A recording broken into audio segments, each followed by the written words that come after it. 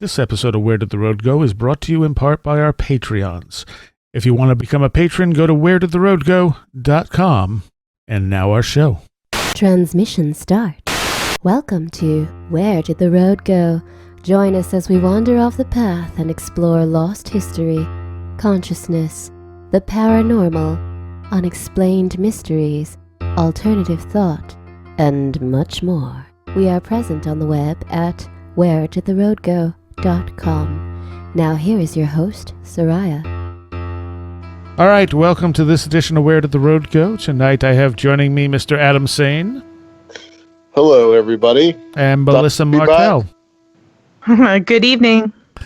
So, this is, we basically have one news story I want to talk about, and that's going to lead us into some other stuff. And then I have at least one listener story I want to relate and get into a little bit.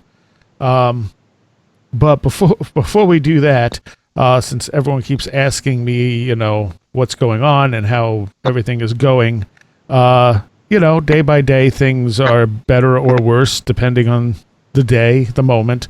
As far as the flooding goes, got to find out today that my well was infected with E. coli. So that was great. Huh? I was going to say, how do you solve that? Like, what do you do to... It's called bleach shocking your well. Oh, goodness. Not terribly hard to do, but I have no idea if it's going to work or if I'm going to have to do it again or what. So basically, I got it tested. It came back with E. coli. And so I had to dump two quarts of bleach down there and then run it through the system and then shut everything off. And now I can't use the water for 12 hours.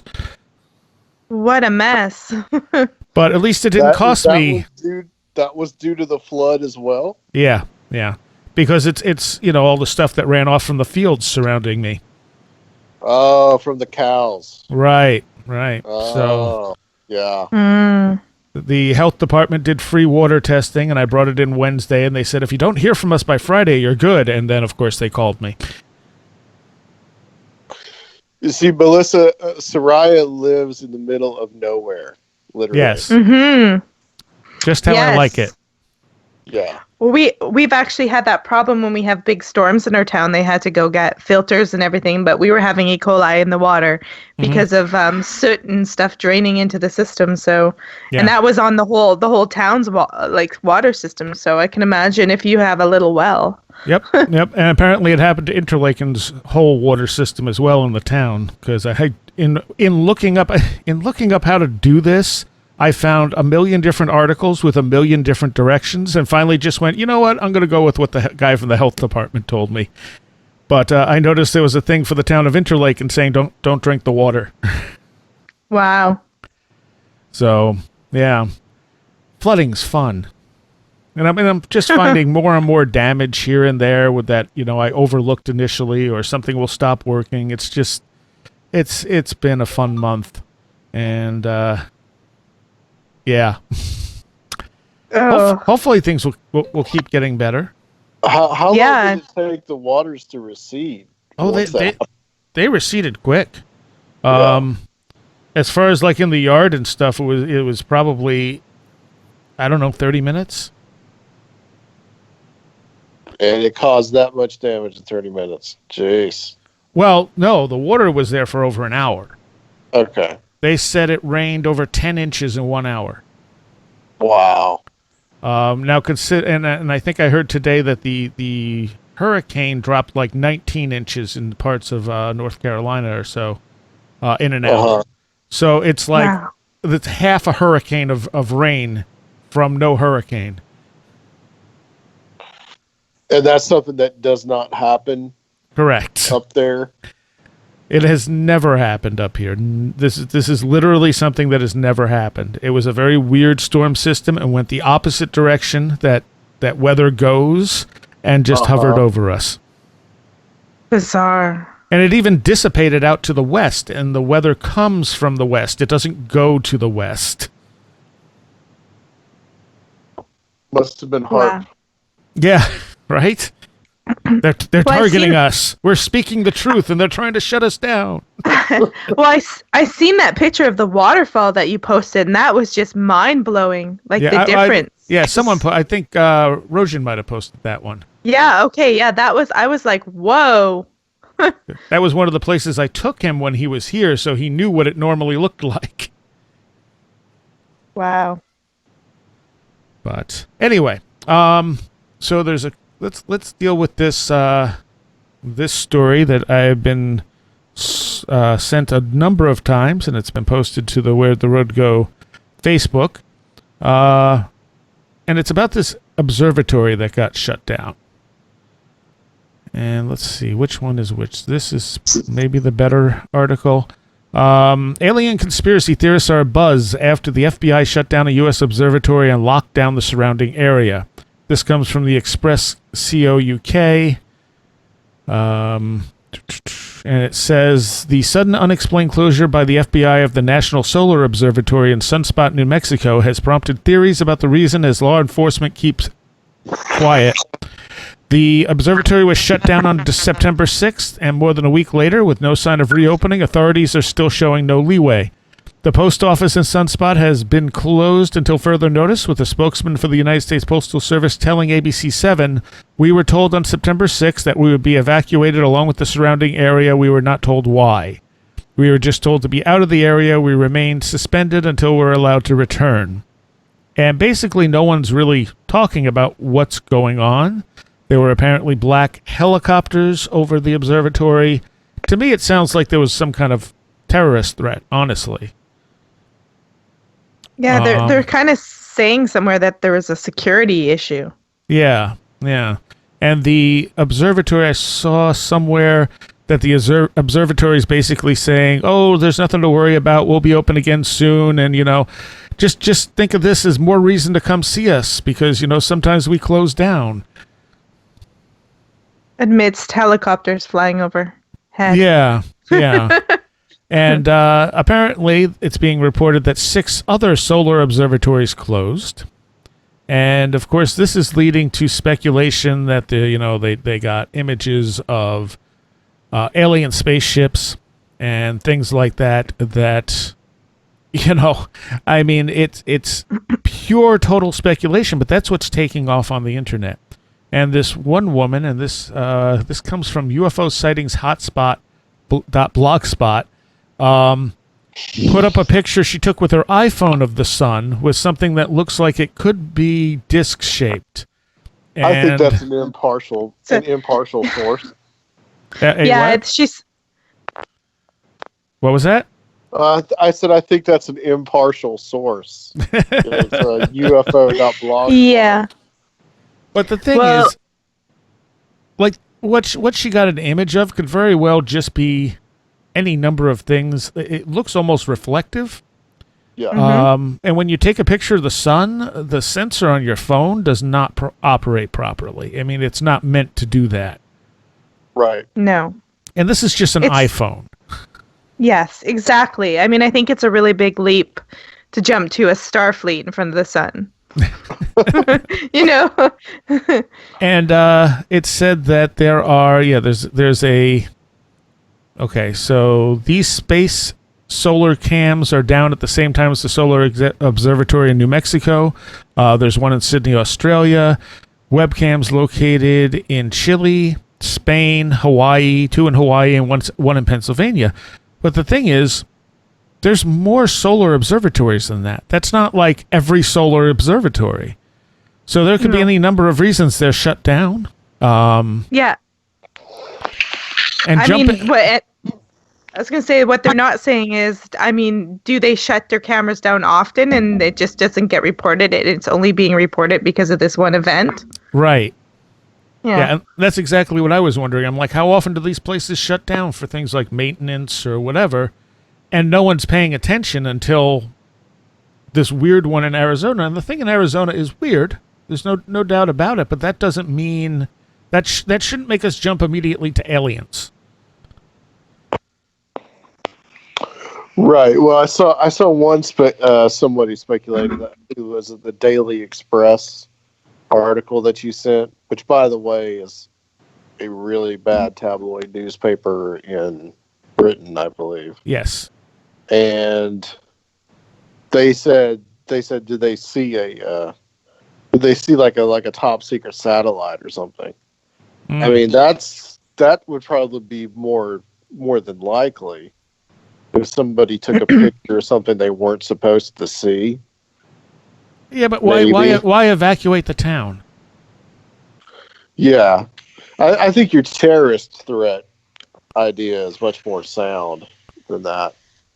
Or some kind of weird chemical spill or something, I don't know. Well, that's what they would say, right? That's what they want you to think. That's what they did in Close Encounters, right? That's true. The chemical spill. So the what is this? The dailymail.com. It says the abrupt closure of a solar observatory in New Mexico last week due to an undisclosed security issue has sparked countless, conspiracy theories. The ongoing silence has done nothing but stoke the fire. The National Solar Observatory in Sunspot has been closed since last Thursday. The secrecy persists even as local media report the FBI has showed up to the site and Black Hawk helicopters have been seen circling overhead. Now, the observatory has finally issued a statement on its website and across social media, but it's done little to quell the excitement, offering no explanation as to why the facility was shut down. What was that? No, nothing. I didn't see it. Oh, the Sunspot Solar Observatory tweaked a link, and it says, on Thursday, September 6th, Aura made the decision to temporarily close Sunspot, the observatory said in a statement shared on social media. The Sunspot Solar Observatory continues to work closely with Aura, and that's AURA, in order to allow us to reopen as soon as possible. With the excitement this closure has generated, we hope you will come and visit us when we do reopen and see for yourself the services we provide for science and public outreach in heliophysics. Though several days have passed since the evacuation, no details have been released. The facility is managed by the Association of Universities for Research in Astronomy. That's what AURA stands for, and has been vacant since September 6th. Wow. So is this like a big media ploy? To get attendance? Yeah.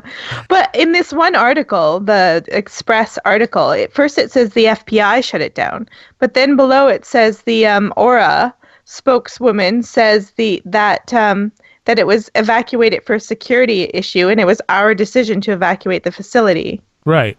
So who's evacuated it? Right, and Aura also told a different paper that they evacuated as a precautionary measure. Yeah. And the same newspaper said the FBI is refusing to tell us what's going on. And again, to me, that smells of terrorism, like someone, said, hey, we put a bomb there. Yeah. Somebody just called in a threat. But if they just called in a threat, it seems like it would be, cleared fairly quickly. Yeah, true. Says there was a Black Hawk helicopter, a bunch of people around antennas, and work crews on towers, but nobody would tell us anything. I'm also seeing a lot of stuff on this. I've seen this past week, like you said. One of the things that I've heard about is that this has some link to some superstorm from the sun or something like that. Yeah. A geomagnetic storm or something, and of course I think it was the Express or the same newspaper that you got that one, the same one you got that one from, the first one, that was beating the drum about there being the coming superstorm. It's just all a bunch of fear-monger stuff.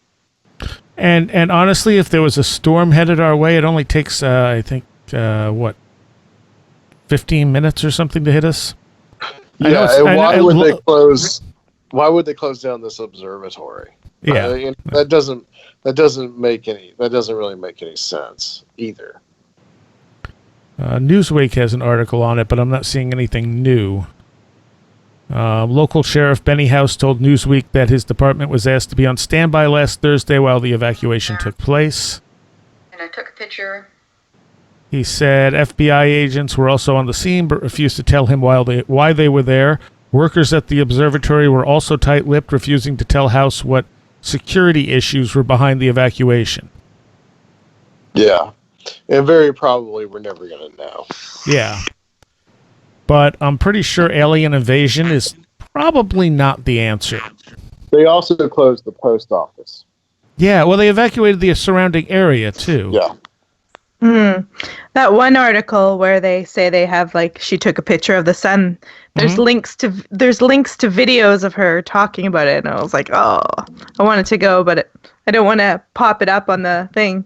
Right. Apparently there's videos to her doing a live feed talking about, I don't know, fleets of UFOs or something. Now, where is she? Where is she at? This lady that takes the pictures that I of don't know. UFOs. Where is Gina from? Gina. Indiana, Salem, Indiana. Yeah. Okay, that's a good ways away from New Mexico. Right. Yeah. But somehow she has something to do with this. And if you click the link on that second article that you sent, Seriah, it takes you back to a link from Zero Hedge, which I see a lot of stuff posted from Zero Hedge that usually doesn't turn out to be anything. It kind of has a fear-monger type of way. So they're one of the sites that is constantly saying that Nibiru is coming, is what you're saying. Well, I've never seen that. But just like small things that happen that usually get blown out of proportion. Yeah, the comments on that article sort of imply. I've seen a few Nibiru comments. So under the Thrillist, they said a natural recourse for conspiracy prone among us has been to shout aliens at a full voice. However, the observatory's top brass has clamped down on the notion of extraterrestrials making human contact. James McAteer, director of the Sunspot Observatory and a professor at New Mexico State University, told reporters that the facility's telescope hasn't encountered species of non-earthly provenance. In other words, no aliens here. It says the telescope did not see aliens. All data will be made public in its unaltered form. Nothing is hidden or kept secret, he told KOB, presumably after rolling his eyes and taking a long sip of coffee.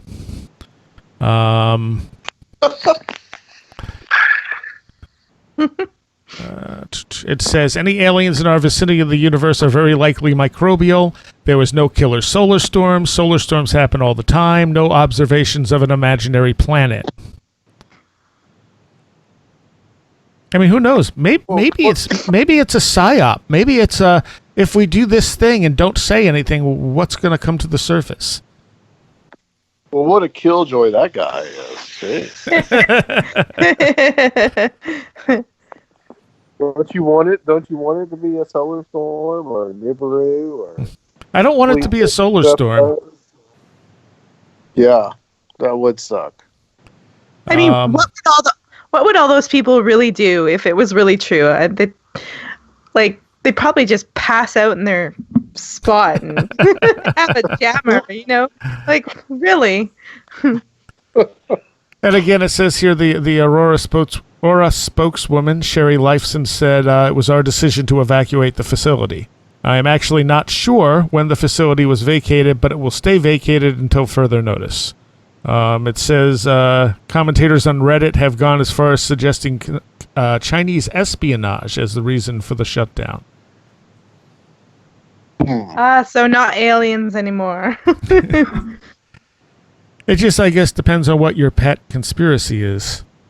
Yeah, exactly. But they still haven't said anything, and it's like I said, it's definitely odd. But who knows? Maybe it is just a psyop. Let's close this stuff down and see what happens if we don't say anything. It's a security issue. Yeah. Or maybe they're using it. Maybe they're using it. This is another thing. Maybe there's a project they're doing that they need this solar observatory for, and being top secret, they're not letting anybody nearby. That could be. I mean, that's a good diversion. Yep. And then don't say anything, so it gets all blown out of proportion and no one's going to look at it seriously. Yeah, because you have people with tinfoil hats on the case, right? Right. Exactly. I mean, it's not the first time that the government would have done something like that, where they, have used the UFO phenomena or something, the ridicule of it to cover top secret projects. It says it also forced nearby residents out of their homes. So that's, again, maybe they're doing something they don't want anyone to see. They're testing something, or they need the observatory to test or follow a test in some way. Yeah, I mean, it would run in line, like you said, with so many other things that they've done in the past. So I don't know. It could be a psyop, like you're saying. It could also be maybe that they could be running some kind of exercise there in that town. Especially if there's a lot of people there setting up antennas and there's helicopters flying overhead, they might have a project they're working on. Decided to do it here because they needed this observatory for some reason. Right. Well, we've talked about this many times about the space weaponry. Mm-hmm. That could be part of it. Yeah. Maybe you need some kind of ground-based control, and they're doing it there. But if they are, then maybe the people at the observatory already knew about it. They already knew that they were going to get shut down for something that was going to happen, some kind of test. And technically, that would be a security issue. It would be national security because they're not, Yeah. They're not sure the results, right? Right. They don't. And they're not telling us what they're doing because of national security. Yeah, maybe. And it makes maybe get the people out of there, possibly. Yeah. I mean, I'm sure there's not very many people there to begin with. Yeah, I mean, New Mexico's. I mean, it's the desert, right? It seems to be the place for that kind of stuff. True.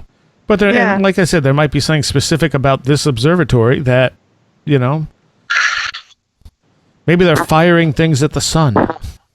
It's in the right location. So that's been the big story this week, I think, that I keep seeing stuff and people throwing around crazy conspiracy stuff. And, I understand that sort of mentality because no one trusts the government at this point. Even the people who like the government don't trust the governments, and they know that they're being lied to. And I mean, that's where the conspiracy culture really comes from at this point, is just how blatantly the government has lied to the general public. Doesn't mean they're always lying, but... Well, yeah, they've sort of created this for themselves because, I mean, when you sort of gaslight people and you lie and then you mix it with truth, people don't know what to believe. Yeah. Right? So, I mean, and I do want to point out that Sunspot, New Mexico is very close to the 33rd degree parallel. And it's and according to the Zero Hedge article, it is about 130 miles away from Roswell. That's what I was thinking about. Just wanted to throw that out there. Feed the conspiracy flames. I'm sure it means something.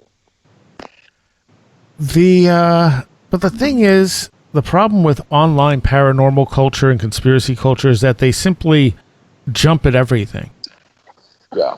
And like I said, yes, this is odd, but I mean, when you say, oh, these other solar observatories are shut down too, it's like, okay, but does that happen occasionally? But are they really shut down, or they're just their webcams down? Yeah, because somebody on Facebook said no, they're not shut down. Their webcams are down. So I'm not sure what's what with that. So. But it's like there's so many sites out there and so many YouTube pages and stuff that just want to grab and run with the most sensational thing, and that's not new. Yeah. Like so many newspapers used to, run with the crazy stories, the tabloids and stuff like that. Yeah. But it makes it so much harder to sift through the noise And people are much more like it used to be that the what was it, the World Weekly News or whatever. I mean, you didn't take it seriously. Weekly World News, yeah. You didn't take it seriously. You saw it in the checkout line. What are you trying to say, Seriah? I thought all that was real, man. What I'm trying to say is that people take the stuff. Boy was real. Well, Bat Boy was real. But what I'm saying though is that like when it's online, people don't have that same level of skepticism to it. You know, yeah. Like when you saw it in the store, when you're in the checkout line, you're kind of like, oh, look at this ridiculousness. But when you see it online, it carries a different weight to it. And then it just keeps building from there. And people don't realize that. I mean, what we know about this is that, yes, the FBI evacuated this area, locked down this solar observatory, and said there was a security issue. From that, we've gotten aliens and solar storms and all this other stuff, and people are sure about it. You know, they're absolutely positive. And when it turns out that none of that stuff was true, they're just going to forget about it and then do it again the next time something like this happens. Yep. Either that or they'll double down. Yeah. I mean, how many times, and going to the Nibiru thing, I mean, how many times have we seen people going and posting, oh, Nibiru is coming, we're all doomed. They're hiding the truth from us. You know, someone takes a picture of like a sundog, which is when the sun reflects on the horizon. You can get 2 or 3 suns. Yeah. And it's a fascinating phenomena. But, you know, someone will see it the first time and they're freaking out. It's Nibiru. We're all going to die. And it's like, or it's a natural phenomena that has been recorded and explained. But sure, okay, you know. Yeah. I think it was mentioned in the Express article that you sent, one of those YouTube channels that you're talking about, Secure Team 10.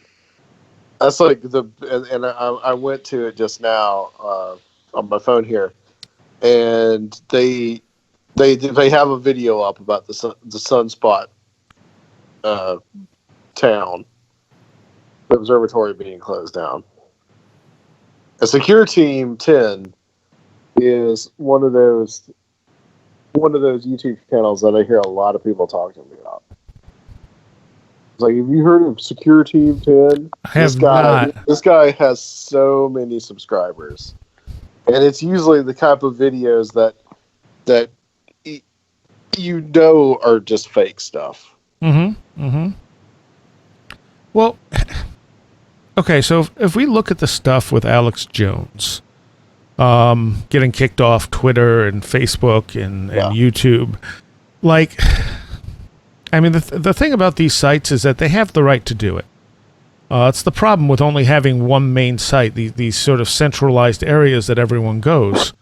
But at the same time, Alex Jones did tend to be a fearmonger.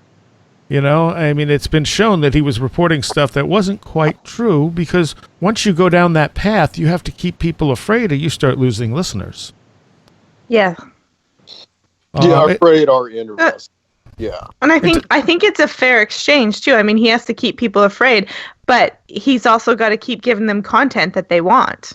Yeah. Yeah. Exactly. And some people want to be afraid. Yep.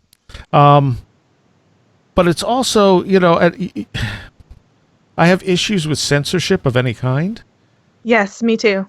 And it's like, it would be better if people just understood how to kind of reason this stuff out on their own.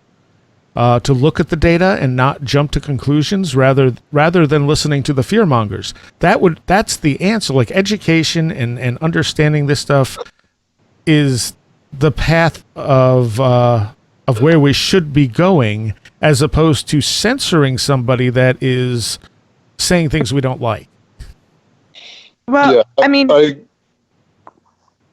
ahead, Melissa. Sorry. It's censoring him in a way. They could give him more power and more people are going to seek him out.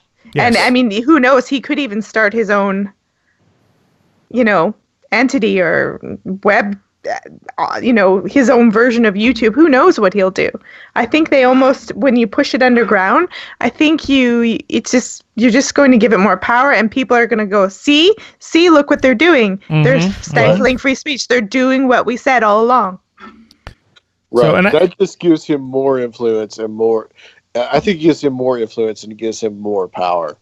because people will have that. They will have that kind of natural tendency to look at it and say that what he said was right.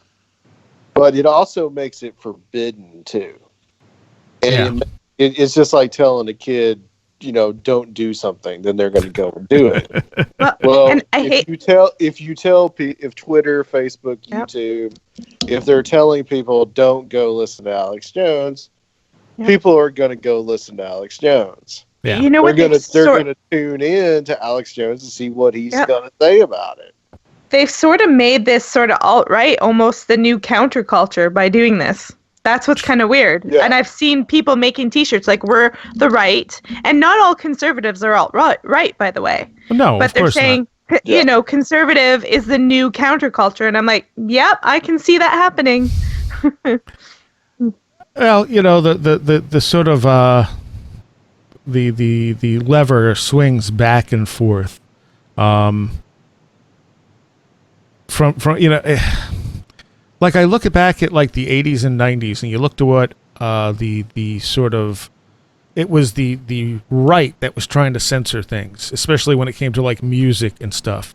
They were the ones trying to, PMRC and all that. Yeah. Right. Even though it was run by Al Gore's wife, it was still, it was more coming from the conservative side of all this suppression and censorship and stuff. But now it's swung over to the left, wanting to censor, and not everyone on the left, obviously, but certain elements of the left wanting to censor what other people can say because it makes them uncomfortable. People got upset because the Fringe news show we did with Ren, he had made the comment that he doesn't feel like people like Nazis should be entitled to free speech. And I don't tend to I don't agree with that, I guess. A lot of people got upset about that, and they're like, oh, so censorship's okay if you don't agree with the person, because that's exactly where it leads. The other reason is I want to know. If someone's a Nazi, I want to know that they're a Nazi. Talk about it. Let me know what you are and who you are. So, I mean, that's part of the problem with censorship. If you push things underground, then you don't know. It becomes more insidious. And I hate to say this, I don't hate to say this. I mean, in pre-World War II, I mean, they weren't censoring Hitler specifically, but they were making it so that Germany could arm themselves from World War I. And so what they just made these sort of despots more clever in how they did stuff. Mm-hmm. And, there was all these reparations against Germany, and they didn't even know what fascism was. But, the more they tried, one, you don't want to appease it, because then you give it power too, but then you don't want to censor it and push it down, because then, I mean, it just goes underground, and it's not like it actually ceases to exist. And I think a lot of this stuff can be solved by education, honestly. And too many people out there, especially on the internet, just want people listening to them. They just want to make a buck. They're not interested in truth or serious thought about this type of stuff. I mean, how many YouTube pages are out there putting up completely fake videos, obviously fake videos, and getting 1 million hits on them? Well, one thing I was going to add about it, just in Alex Jones specifically, is them banning him. It's just a version of whack-a-mole, because you're going to have somebody else that's going to come up to fill that void. And if you get rid of that person, then somebody else is going to pop up here, pop up there. So, where does this end? It's like the three-headed Hydra. It never ends. Yeah, there's no easy solutions to any of this stuff. Well, that's the thing about the internet, is that you have the free range of ideas, and you're going to get the good and you're going to get the ugly. Yeah, it's a matter of people learning how to tell the difference. It's a matter of not jumping to conclusions, not going with these wild speculations and treating them like they're truth. I think the problem is that there is a group of people out there that feel like the internet and all this is why we have what happened, is what's going on with Trump right now. This is why we have this problem. I think that's the reason why you've got this policing of the internet now. Like somehow the internet caused this. Yeah. Well, we're certainly inundated with a whole bunch of different ideas and information that we weren't before. Like, 20 years ago, we weren't, sure. Inundated with the massive information, and you can sort of choose, what you want to watch now. You don't have to watch CNN. You don't have to watch this. You choose what you want. So it makes it a little less predictable. Yeah. Right. Yeah.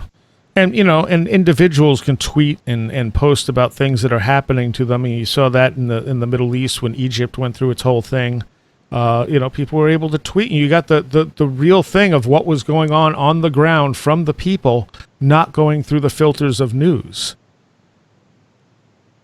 But, of course, the powers that be also try to usurp that as quick as they see it happening. Yep. So... unfortunately, it's all a big game, and it's very hard to figure out where the reality, the truth is, and, who's manipulating who, because it's all a big manipulation scam from the government. It really is. The powers that be, the government, the corporations, they're going to manipulate things to their benefit as much as they possibly can. I always say this whenever Melissa's on, but I'm just waiting for the Canadian elections just to see what's going to happen. I've been predicting it now for like a year. Like, you guys are next. I have a feeling it's going to swing more conservative. Yep. That's just my feeling. I think the current government took it a little too far with the sort of social justice warrior stuff, and I think people are going to swing hard right. Yeah, and that's what happens. Everything swings back and forth. It's all in cycles. Well, because like I said before, it's this idea that if you tell people they can't do something or they have to do something, yes, they're going to if you tell them they can't do it, they're going to do it, and if you tell them that they have to do something, they're just going to put their middle finger up in the air. And that's kind of how it goes. And I also think it's important to look at all the different views when looking at this stuff. I've talked to a number of people who have worked at news organizations over the last year or so. I've talked to them in the last year or so, and they've previously worked at news organizations, just to be clear. And they've literally said every news channel, like, they have a filter on how they report the news to kind of tweak it to the agenda they're pushing. And it's everyone. It's not just, one channel that does this. Right. Mm-hmm. So, I mean, the internet frees us from that, but it's also, when you only have a handful of sites run by big corporations, essentially, that's limiting too. Yeah.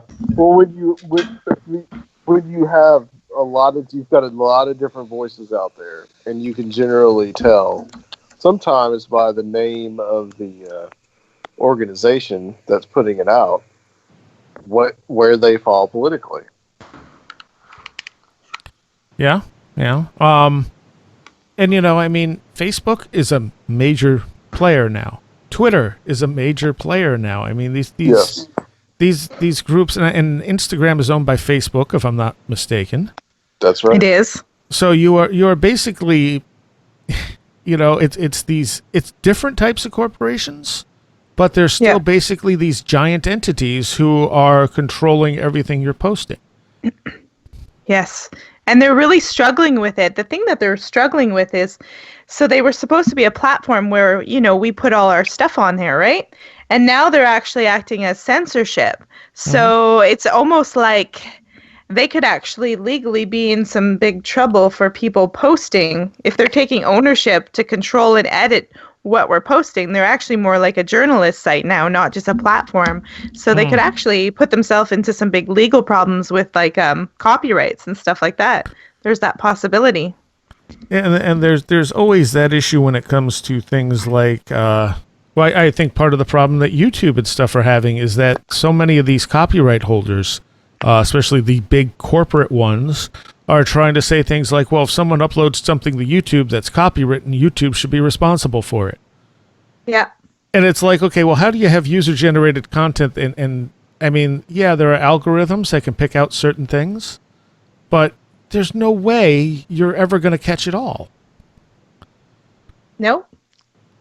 And these entertainment companies need to realize they need a better model than constantly fighting to protect their stuff. They've got to come up with a better system. I mean, these are the same people who fought against the MP3.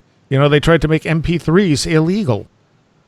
I know. I love it when you're trying to find a movie on YouTube and it's like in 8 different parts, and then like part 7 of 8 is taken out because it's been flagged by the algorithm, and like, well, what about the other like 7 parts? Like, right? They, just as illegal because they got ripped off. Like, I don't get it. And yeah, when you look at some of the copyright stuff that goes on, it's ridiculous, and it's yeah. Well, it's chaos. It's what? It's chaos, essentially. Yeah, and it hurts. It hurts the independent people more than it hurts the big companies who think they're losing out to piracy. Yeah. Yep.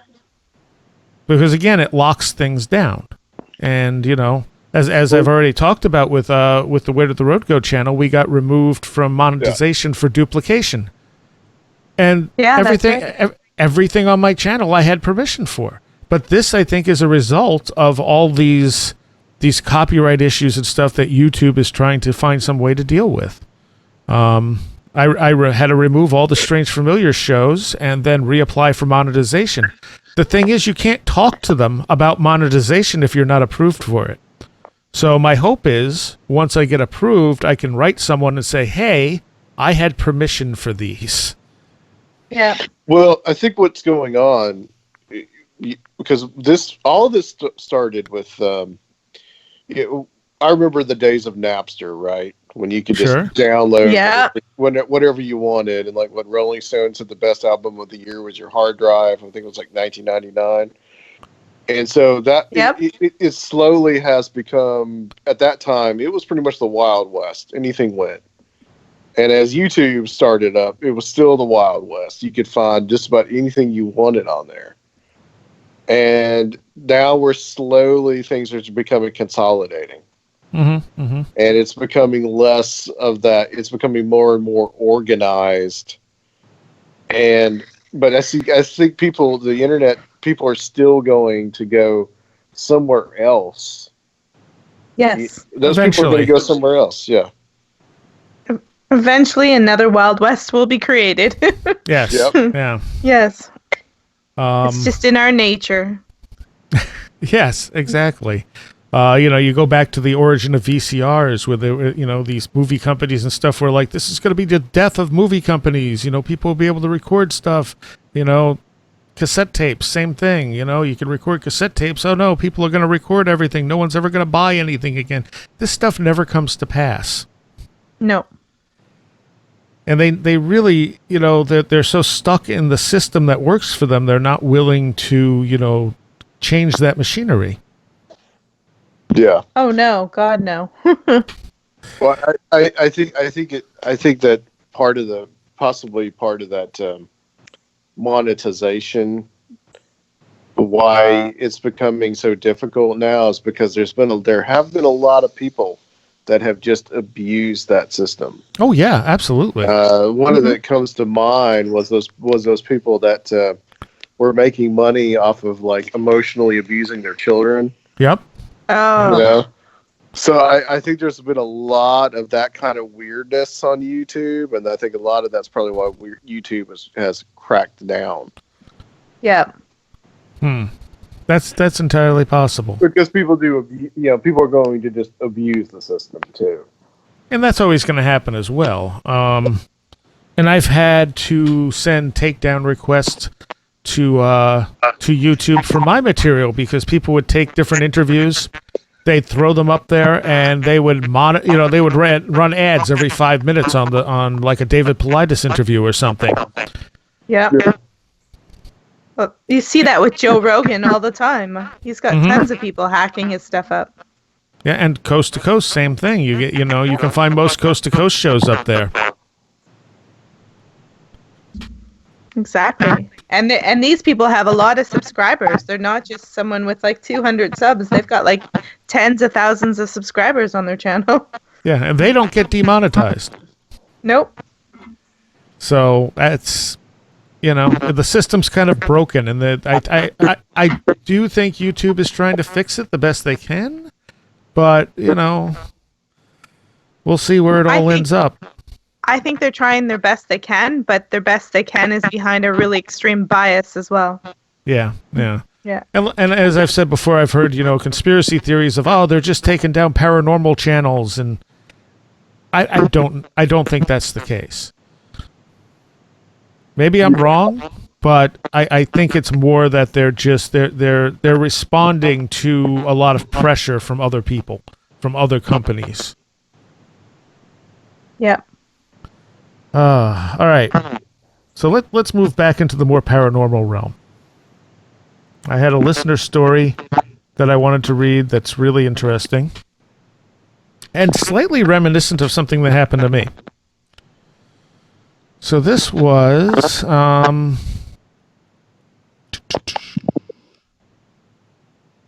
okay, so I guess this was fairly recent to when they wrote me. They were in North Carolina, and I do not have the date on here. It was a few weeks ago. Is that a date? That's a time. All right.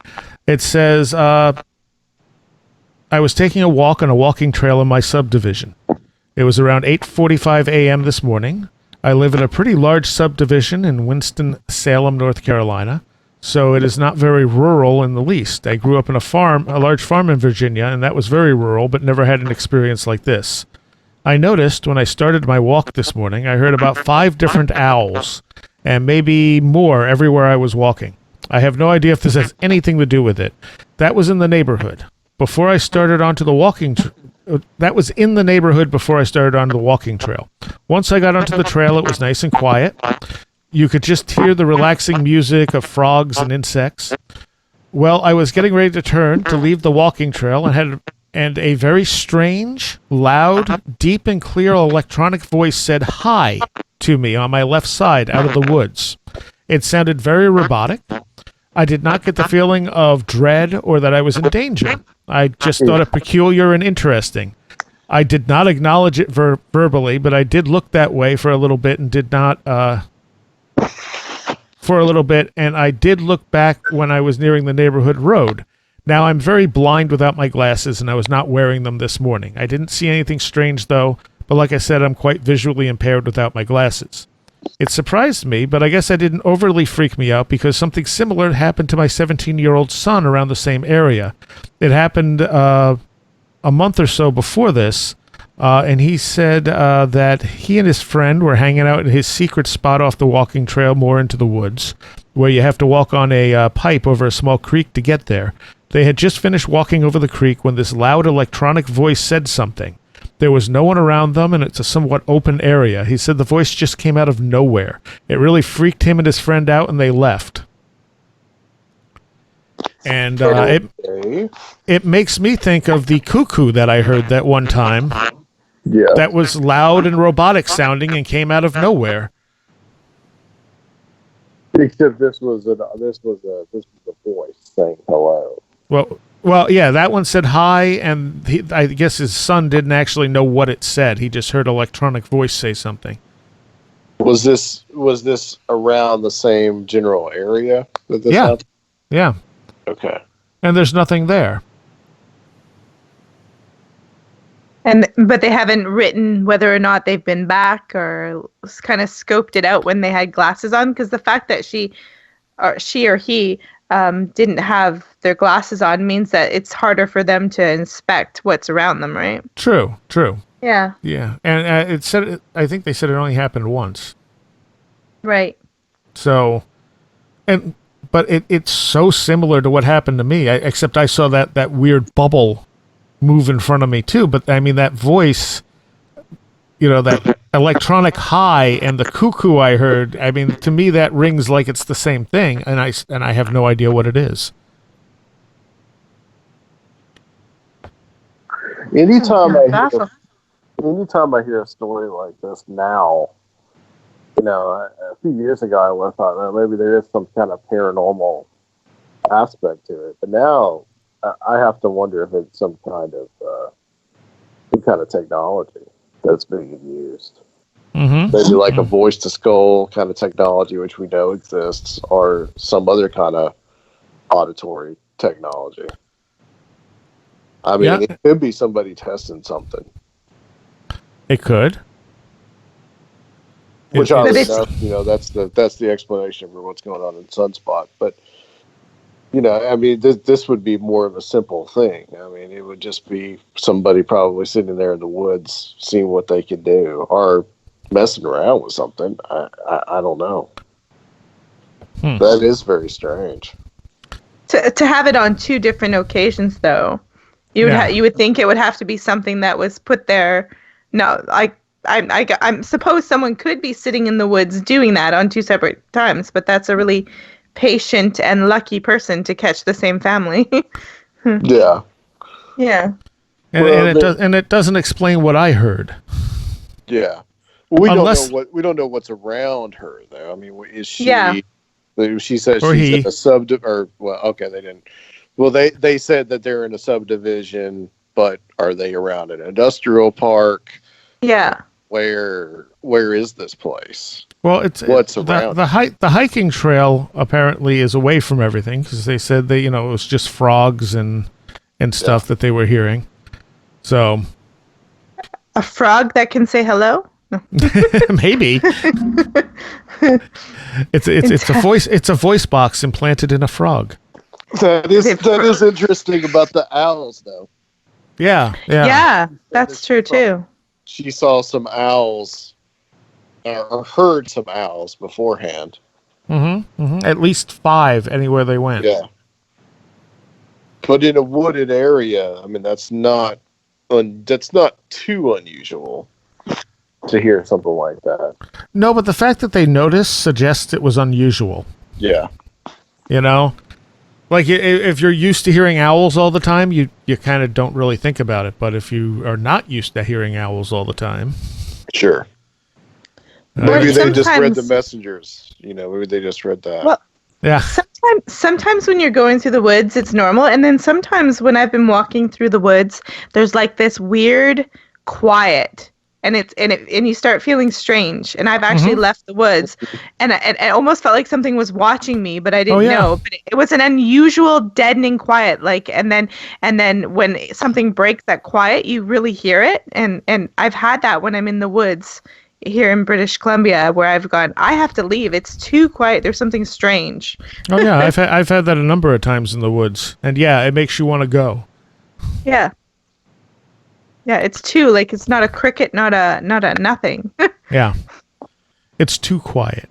Yeah. I had and I don't know if there was anything to this. I was mowing the lawn out back of the barn, and I just got this really strong sensation that something was following me around the yard, and enough so that I kept looking over my shoulder, like I was seeing something there, and there was nothing there. And this was, this is daytime. This is not like the dark of night where things are playing with my vision.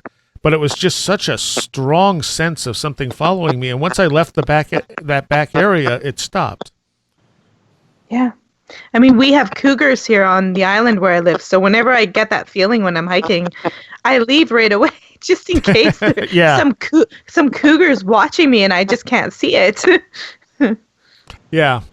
We have them around here too, although we're not supposed to. Oh, that's interesting. Yeah.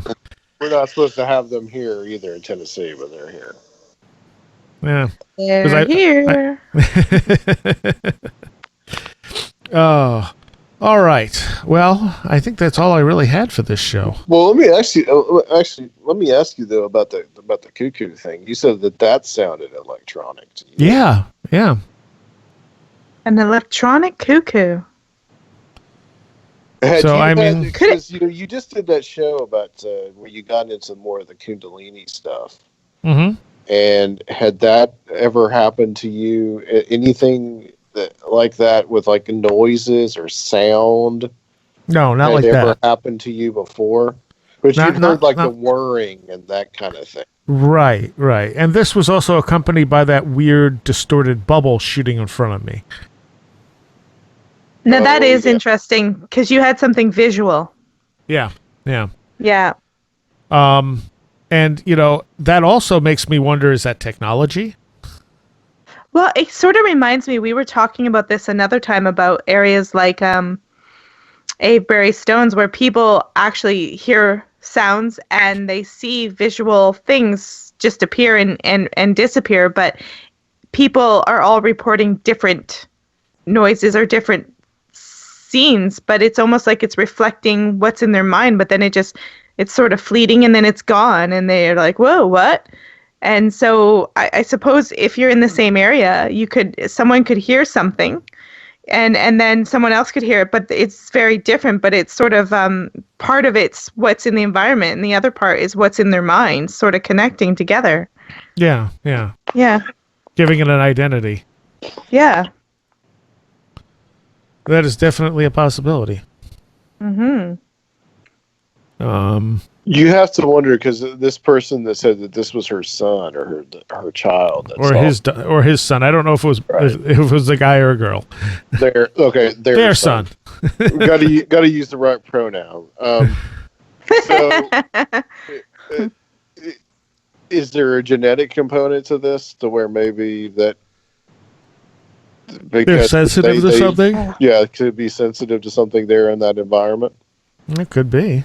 Yeah. I had a talk And- with my friend about that. There's definitely genetic components to sensing certain things. Oh Yeah. yeah, absolutely. To go further with that, if it isn't some kind of technology or somebody using it or messing around with it, and it's a genuine like kind of paranormal experience, I mean, is it something trying to make some kind of contact, but it just kind of it ends up sounding like it's very odd and robotic. Mm-hmm. Mm-hmm. So like it's trying to come through. It's distorting, perhaps, Exactly. or it's mimicking in some way. Yeah. Yeah. Mm-hmm. That could have been, because you said with that, as I remember the whole cuckoo thing, that story that you thought it was something on your computer. I thought, yeah. Well, the door to my computer shop was open, Yeah. and I had a few computers like reinstalling Windows 10, I believe, because an update destroyed them, and and I think I had heard, like it made that noise, and I went, oh, is that some new Windows 10 sound I'm not aware of? And started walking toward the store, and that's when the bubble flew in front of me. Yeah. Well, you got to wonder too. I mean, could that have been mimicking something? Maybe something that it had heard that you were working on, or Well, it's not a sound I've ever heard a computer make. That's the thing. That's why I thought maybe it was something new. yeah. And your computer hasn't made that sound since. No Windows 10 computer has made that sound. Made I'm that aware sound. of. Okay. Soraya, you definitely have some interesting things that happen to you. Well, yes, that is true. I just find it interesting because they just had an audio, and sometimes you could say, oh, well, they're hallucinating. It's audio. But when you have an audio thing and then a visual, for me, it sort of puts it into a different realm where it's like, okay, you could still be hallucinating, but they usually don't always necessarily happen together. If they do, I just think that's just even more of an indicator that something real is going on. I'm trying to remember. I was just listening to the Audible version of the new John Dies at the End novel, and it's what's his name that writes them? It's something Wong, and he works for Cracked. And Cracked tend to lean more toward the skeptical side and all this stuff. And of course, the novel is comedy, horror type of stuff. So he's going on, if this happens to you, you're hallucinating, and if this happens to you, that's you're dreaming and blah blah blah. But he gets to some point and he goes, if you see this and then you hear this, that's real. He's like, because your brain hallucinates one thing or another, it doesn't hallucinate both. Well, yeah, that's what I was, sensing. Yeah, he said, and I don't know if it's true because, I mean, it was in a fiction novel, but it's just like 3 hours ago, I just heard that said, where he said, you know, if you look up people who have like schizophrenia, saying they have one type of hallucination, they don't have multiples. They'll hear voices or they'll see something, but they don't get both. Exactly. So.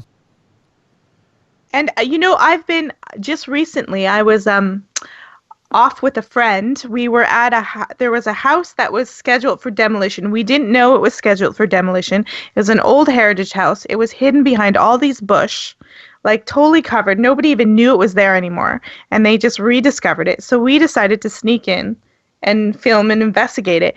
And she was seeing all manners of strange things streaming down, and I wasn't seeing any of those things at all. I was feeling things and feeling numbness in my arms. So we were having two complete different experiences, and she kept seeing these black string things streaming down everywhere, and I couldn't see anything like that. So it's like you can but I was feeling pressure on my head and things hitting my forehead, but she was visually seeing something. So we're having two, but it would have been more profound if I had saw something and something whacked me on my head.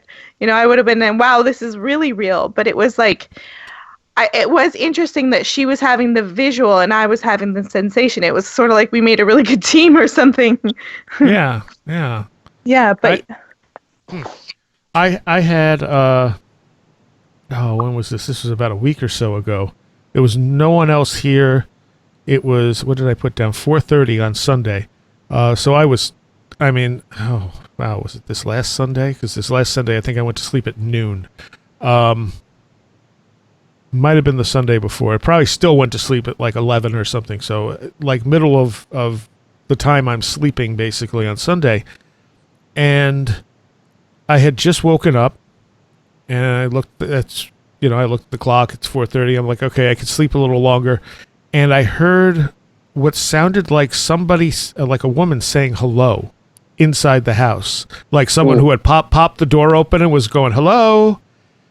And I was like, what the hell? And I got threw some clothes on and I went out and there was nobody. And I pulled up the security cam and no one had been anywhere near the doors or anything. And I'm like, okay, I heard that.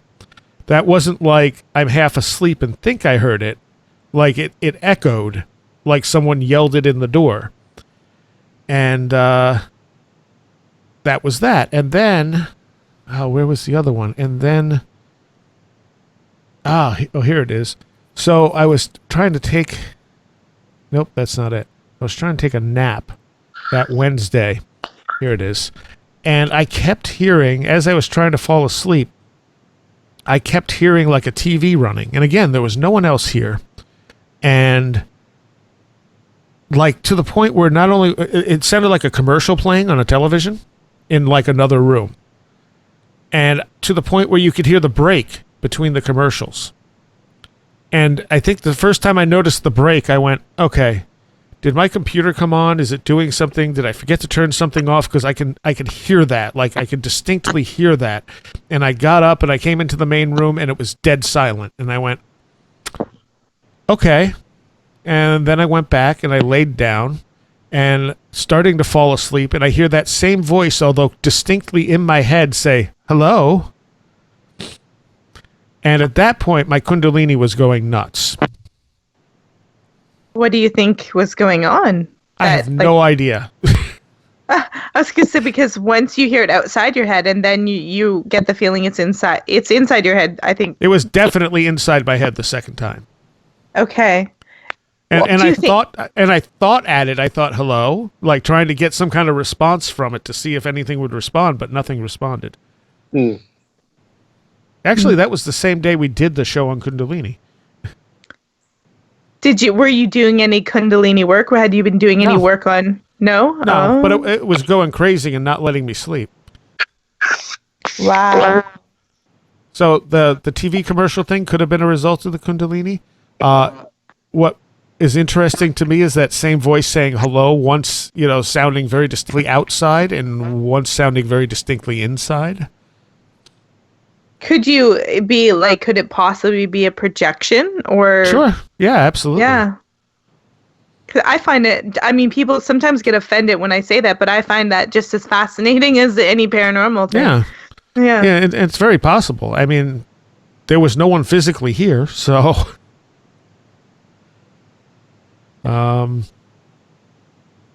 yeah. So that was I think all the other stuff that happened this last couple of weeks. That's really interesting. I mean, it's not seriously weird, but the actually hearing the voice kind of freaked me out because I thought there was someone in the house, and they didn't sound like they were hostile in any way. Yeah, sure. Like they were just wondering if somebody was home. Yeah, and that's exactly. And it almost sounded like one of my neighbors. Like when I thought about it, I'm like, did I know that voice? Well, yeah, it kind of sounded like her. But again, I have a security cam right at the doors, so there was no one there. Have you ever had anything like that, Adam? Like where you've projected out or where you thought you heard a voice that wasn't there? That's a good question. I was tending towards no, but I really honestly, yeah. I mean, I've heard certain things that were just kind of like, well, that was kind of strange. I don't know where that came from. Whether it's genuinely mysterious or not, I really don't know. I actually thought I heard my name being called across the parking lot tonight, but that could have just been a misinterpretation. Well, I remember my mom one time when back in the 80s, back in the day, she was in a video store and she was renting videos and she kept hearing someone call her name and she thought it was her middle brother. And she kept looking around, but she knew he was far away, like traveling with his band. And she kept trying to ignore it, but she kept hearing him yelling her name. And she's fairly, I would say she's definitely a sensitive person. As she pushed it aside, and I don't know how many days later it was, but he was shot. He was in a bar and he was shot. He almost died. And when he was in an emergency room, apparently he was calling her name. So whenever I hear people call voices, I do tend to get a little, or hear voices, I do tend to be like, hey, pay attention to that. It could be something. Right? It could be something. Seriah, and what Melissa just said there is interesting because I'm sitting here thinking that, what if there is some kind of something to do with time? That like at a certain point you're just picking up something from another time, the past. Could be. Future. I mean, maybe your neighbor at one point she came in there and said hello, and then you picked it up maybe 3 years later or something. Or maybe it was happening in a parallel universe. Could have been. Or maybe next week she'll show up. Yeah. Right. I have had the type of thing when I was a kid. I remember. I do remember like voices over my bed. I think I've told that story, but it was something that was like almost gibberish. Like I don't remember about it. I remember hearing that. I was about 4 years old. Little things too that I remember, kind of like a certain person is going to walk through a door and then they do that kind of stuff. Right. Back before my mom started to decline, which is basically started when she broke her hip about 3 years ago. As Adam, as you know, this is a very big house. Yeah. And she was in her bedroom was in the front upper floor, and I have sort of the back half of the house. And I can't remember if it woke me up or I was just falling asleep, but I heard her call my name. And there's no way I would have heard her from where she was sleeping. It's just not. She could have screamed, and I wouldn't have heard her from the distance. And but I heard it very clear, and I was like, "Okay, that was probably just in my head." And then after a few moments, I'm like, "I better go check on her." and I went up because I didn't want to wake her up either. And I went up and I woke her up, and I'm like, are you all right? And she's like, yeah. And I'm like, okay, I just heard something. That's all. You know, and I'm like, I'm not telling you that I heard you call my name, but Hmm. And did anything ever come of it? Like, did no. it? No. So it Interesting. may have just been, something my brain did as I was falling asleep or while I was Yeah. asleep. Like I said, I can't remember Yeah. which. I've That would have been a common thing, right? I mean, you would hear her call your name, I'm sure, a lot. not a lot at that point here and there. Sure. Once she I broke, mean, but once she broke her hip, she would call my name a lot because Yeah. she couldn't walk around on her own. Yeah, so maybe Yeah. was some Maybe kind it was of a precursor. precognitive. Yeah. Yeah, it's like letting you know. Yeah. Because like I say with my mother, she was wide awake and like busy, like not in a meditative state. She was in the middle of a store trying to choose a movie, and it just started going off, and she kept hearing it. It actually left her, a little bit like, wow, this is really weird. And like I said, she tried to ignore it, and to our like, it was pretty when we found out that he was shot. I mean, it was really traumatizing, and it came back to haunt her. She was like, "Oh my God, I was actually seeing something into the future or hearing something." And Yeah. it was creepy because he almost died. His friend was actually murdered, and he almost died. Damn. So it was really a disturbing thing. It actually spooked my mom out for quite a while. I had at least a couple of times. A girlfriend at the time. I'm talking to her on the phone. I put the phone down, and I leave the room, and I come back, and she goes, "Who was that?" And I'm like, "Who was what?" And she's like, "A woman just said your name into the phone." Weird. And that happened. Weird. That happened a couple of times with her. And I'm like, "Do you mean like in the background?" She goes, "No, I mean as loud as you're talking, loud and clear as you're talking to me right now." Like they picked up the phone and said your name and put it back down. Right. Yeah, Wow. that's weird. So I mean, I don't know what to make of that. You Of course, know, my favorite story is your doppelganger story. That's my favorite. the one when I was in school. Yeah, yeah. Oh yeah. I'll tell it for anyone who hasn't heard it. And this was when I was in maybe 7th grade or something.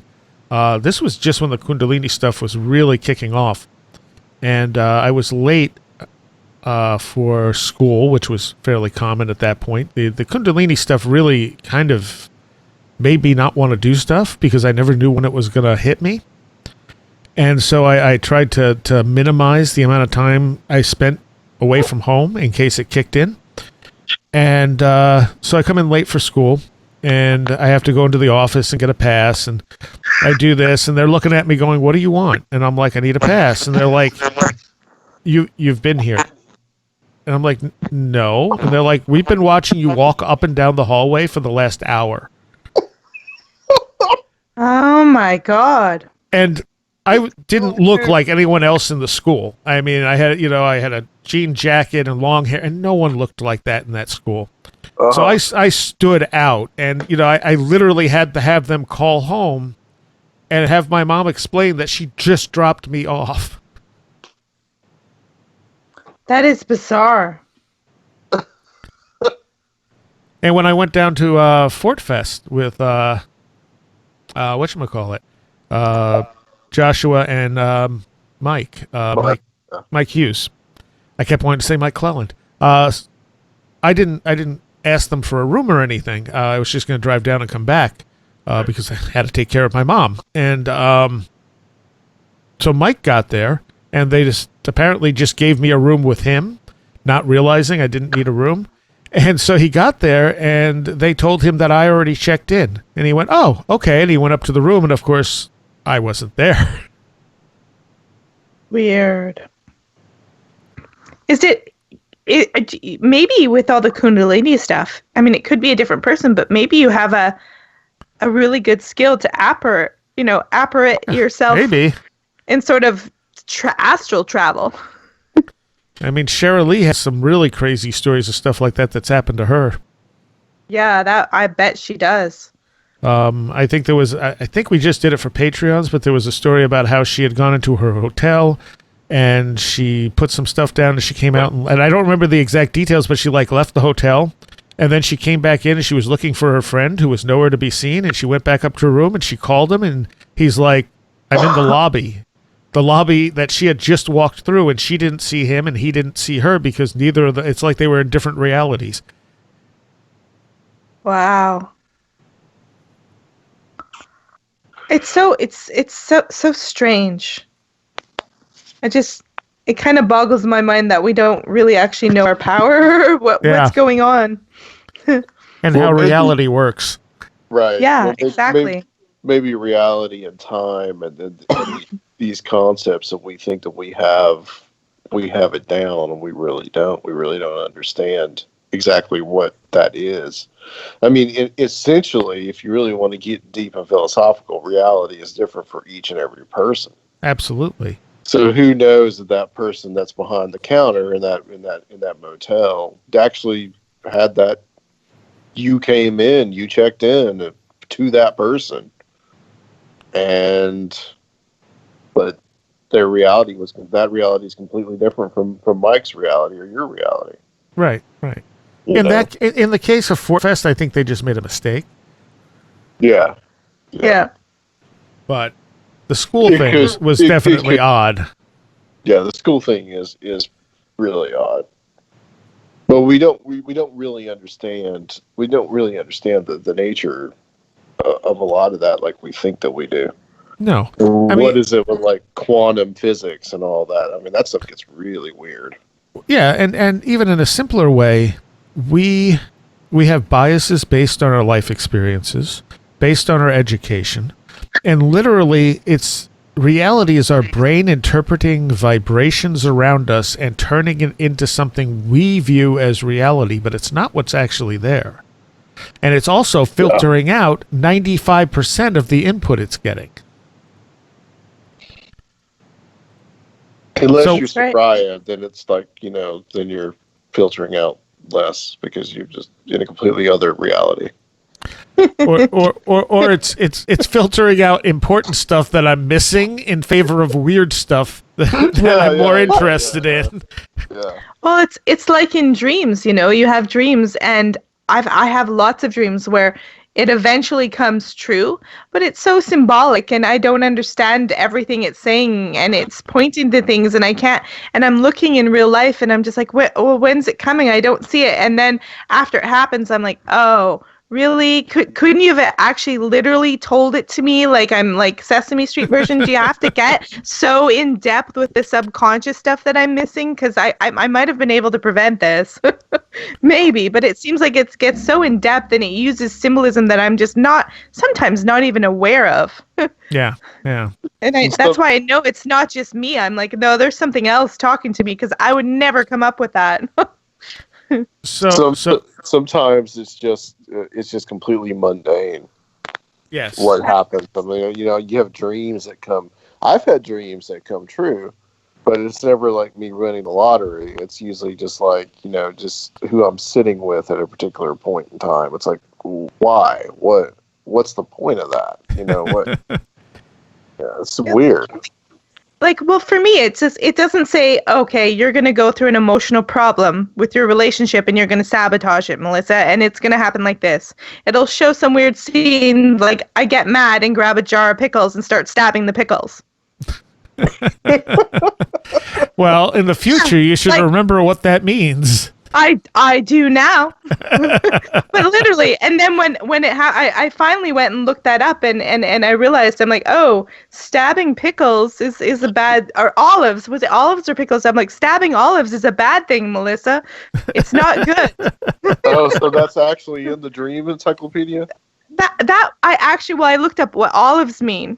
And then I'm like, I'm stabbing them, and I'm like, oh, okay. I'm like, that's not good. I'm like, but you could have just literally told me I'm going to sabotage something, or I'm going to destroy some sort of healing, or like you could have told me. You didn't have to make it look like I was cooking olives or something. Huh. I had and I didn't mention this ahead of time because I didn't want to jinx it, but it turns out there was nothing really to jinx, at least as far as I'm aware. back in the beginning of 2014, I wrote, "Yesterday I woke from a dream where I was told that September 12th, 2018 was very important. No idea why, but I figured I should write it down." So I did. And I actually put a reminder in my calendar for 2018 so it would pop up and remind me, because there's obviously no way I was going to just remember.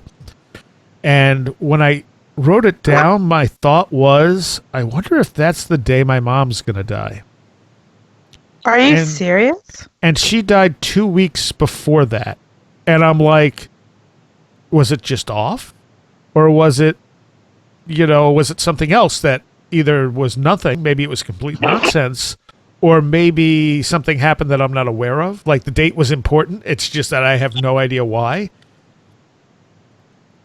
But I had that distinct feeling when I went to write it down, and I'm looking at it's like that was a Wednesday. 2 Wednesdays before is when she died, and I'm kind of like, it was 4 years. Maybe something shifted enough to move it 2 weeks.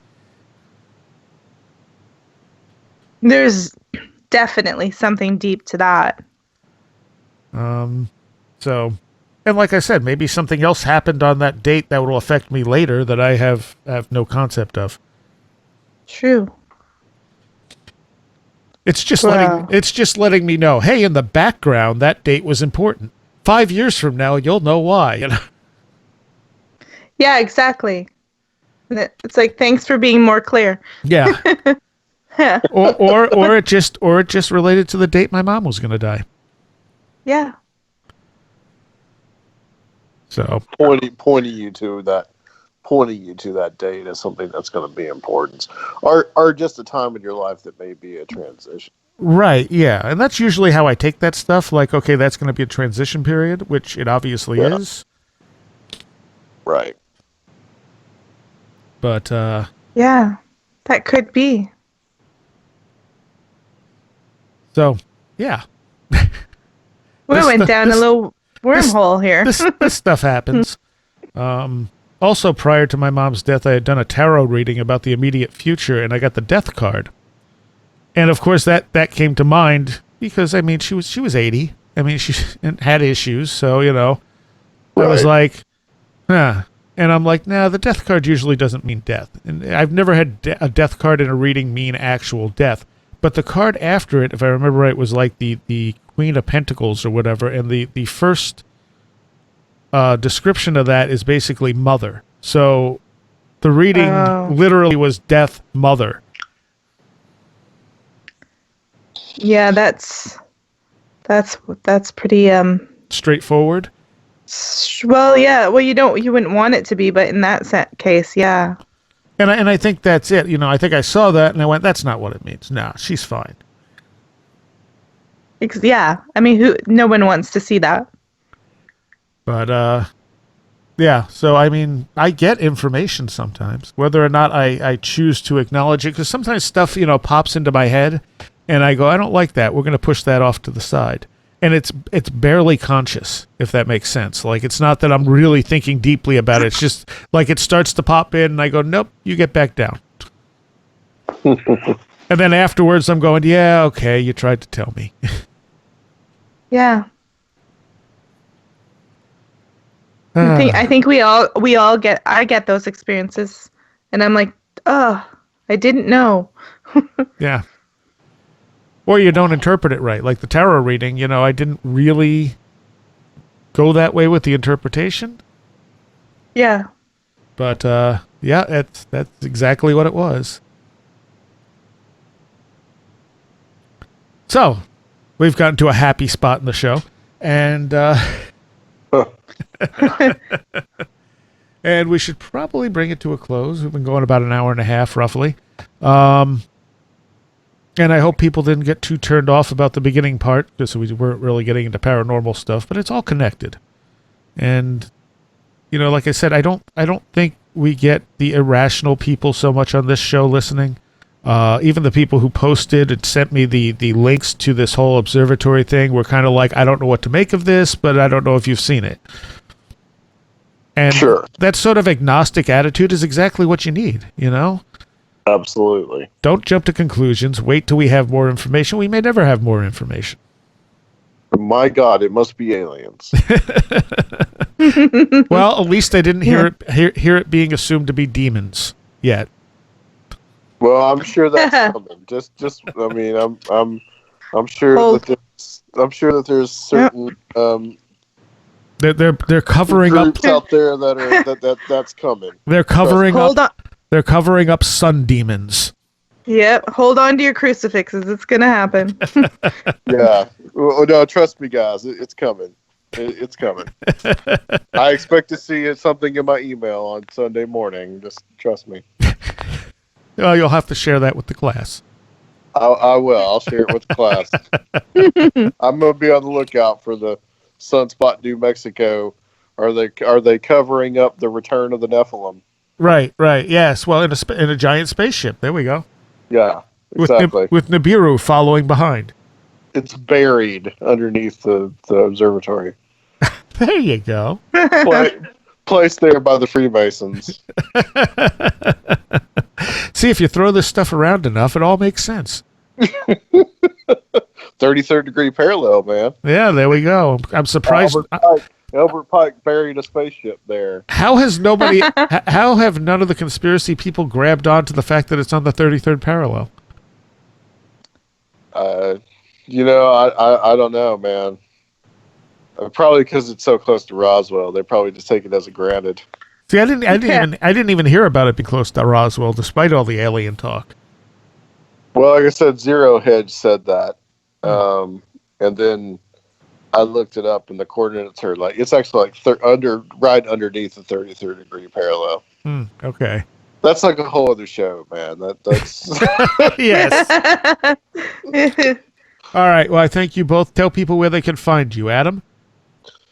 They can find me at www.conspiranormal.com, and they can find our archives at www.conspiranormal.com.podomatic.